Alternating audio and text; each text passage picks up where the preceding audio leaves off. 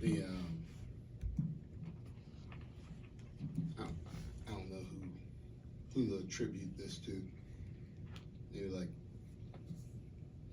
Michael Jordan or somebody like.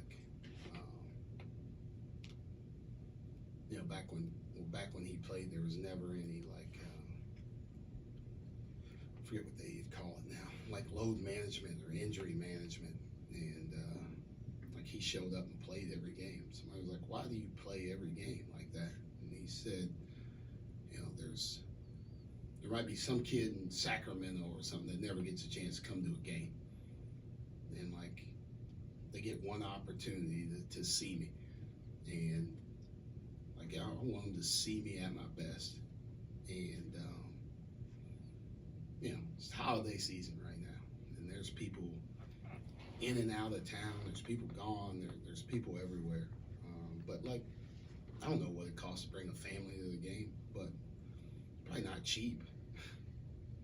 And like for the people that this is their first time like coming here to watch us play, like that's what they left with. They left with that feeling of like, boy, these guys, they're not well coached. They don't play hard. They don't play the right way. They don't cheer for each other. The whole thing. And I feel bad that those people left with that feeling today. Go ahead, Nate. Why do you think that happened? What do you think led to that environment today? It's a good question.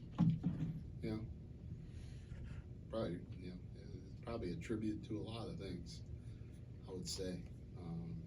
Starts at the top. I didn't do a good job of getting them ready, right? So that's on me. Like, I can't expect them to play a certain way if I don't prepare them a certain way, right? So, like, first and foremost, I'll take the blame for that. After that, like, maybe we're looking ahead to the Big Ten. Like, maybe unfortunately we're reading your press clippings, right? Or like what everybody's saying about our team and what we've done and everything else, because we sure look like a team that was just going to walk out there and the game was just going to win itself.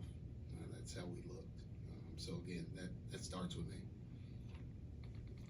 Did you and I know it's hard in the moment, but did you like the looks that you, I mean, it's just the 3-point shooting in particular, your percentages have been down the past couple of games.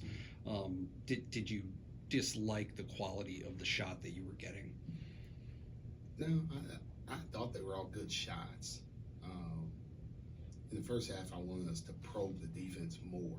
I felt like we took early shots. We took the bait, right? Like, they play the zone, so we're going to take the very first shot that we get, which you can probably get at any point in time. Same thing if like people are going under us in pick and rolls and we stop behind and we shoot it right away. Like, is it a shot we can make? Yeah, probably, but we can also get it anytime we want to. I think to start the game, we didn't get in the paint. That's why I said we took the bait. Right, it was swing, and nobody's cutting, nobody's moving. It's just like pass, open three, which is a good shot. But we started to attack more, right? I felt like we could have got layups. Like then it went from trying to probe the defense to later in the first half of now getting guys to drive it, but we weren't driving to score. There were layups to be had there, but we weren't even looking at the rim. We were looking to drive to kick, right? So we didn't put it together. But we'll get that corrected in practice here in the next couple of days. Just having Seth back, how did that? I mean, obviously he played 30 minutes and to lead you guys in scoring and rebounds. Was he a game time decision? What went into his health and where he was today? Yeah, he's practiced since we've been back, so I didn't know how much or if his. I know if his stamina would be affected. It's his first time. Like we get up and down in practice, but it's not like a game situation where it's nonstop. So it's easy to get breaks. It's easy to stop. So I didn't know what is physically. he's probably not all the way back 100%. He's still a little bit hobbled, but his energy, how he played, like he affects the game so much for us. And like 15 points and 10 rebounds. He got 2 steals. He got some more deflections. Like I thought he was great with what he was doing. Glad that we had him because we needed that, that jolt.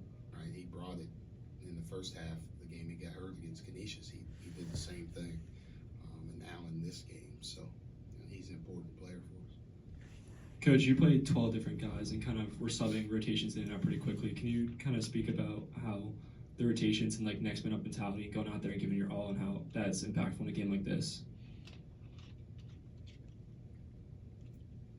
I was just trying to find some people that were going to do their job. That's all I was looking for. I told the ref, like it's going to be a revolving door until I do. I'm trying to give everybody an opportunity and everybody a shot. But at some point in time, you're either going to do something with that shot or you're just going to take minutes from somebody else that is going to do something. So, yeah, we subbed a lot. Like, I don't want to sub a lot like that. I want guys to get into a rhythm and know, but we got to find some guys. We got to find some guys off the bench that bring it. They don't have to score. They don't have to rebound. Like, they just need to do their job. Whatever their job is, each and every possession, they need to do it. And we got to find it. Somebody's got to step up and do it. Somebody's got to step up and take it. And then earn consistent minutes. I asked the same thing to Andrew and Seth, so I'll ask you too. Kind of going back to the shooting percentages, obviously not the best, so you're getting good looks, but they were saying how it's always positive talk within the team, but when you're not making those shots, like, what do you as a coach tell these guys? Like, you're always trying to stay positive and they're good shots. Like, what do you tell them when it's not going in? Yeah, that's okay. Like, I want them to be aggressive. I want them to shoot those shots. Like, we've made them. We've made them before. We got good shooters. Like, percentages tell you we have good shooters. I watch them practice. We get a lot of shots up in practice. So they're capable. They're capable. So I don't like, I never want them looking at me like worried about shots going in or out. I thought some of our best possessions that we had, we still missed it, but that's okay. We got what we wanted. We moved it the right way. More times than not, that ball's going to go in when that happens. But sometimes you deserve to make shots and sometimes you don't. Right? Like I believe in karma a little bit. Right? The ball didn't deserve to go in for us today. We didn't prepare the right way. We weren't locked in the right way. When you are, like, that's when you make them. That's when we go 16 for 36 or something like that. But Nate keeps writing all these stories about us. You guys keep reading them. I got Chelsea gave them the password and stuff, so they're reading them. They're reading them for free, I think, too. Thanks, Coach. One before you. Andrew used the word maturity, that you lacked it today. But I'm editorializing. I would describe you as a very mature team, as having a very mature team. You have a lot of older guys who have played a ton of basketball. Does it surprise you to have that lapse in character, I guess, for a game? No, because I think everybody goes through it. Everybody goes through it. We have an older team. We don't always play mature. We didn't play mature today. We didn't prepare maturely. That's where it probably comes in. And like I said, that's on me. It's on me as a coach to make sure that we know, like, what's at stake. We know, like, what's on the line. We know how we have to play to win the game. So, I took that for granted. I took our age for granted. So I won't take Iowa for granted. I'll tell you that much. We'll get this corrected. We're gonna have a couple good days of work leading into Sunday. Okay. Thank you guys. Thank you. Sorry, Zoom didn't work. Oh, I'm sorry, it didn't work either. Sorry guys. You can't see me on Zoom.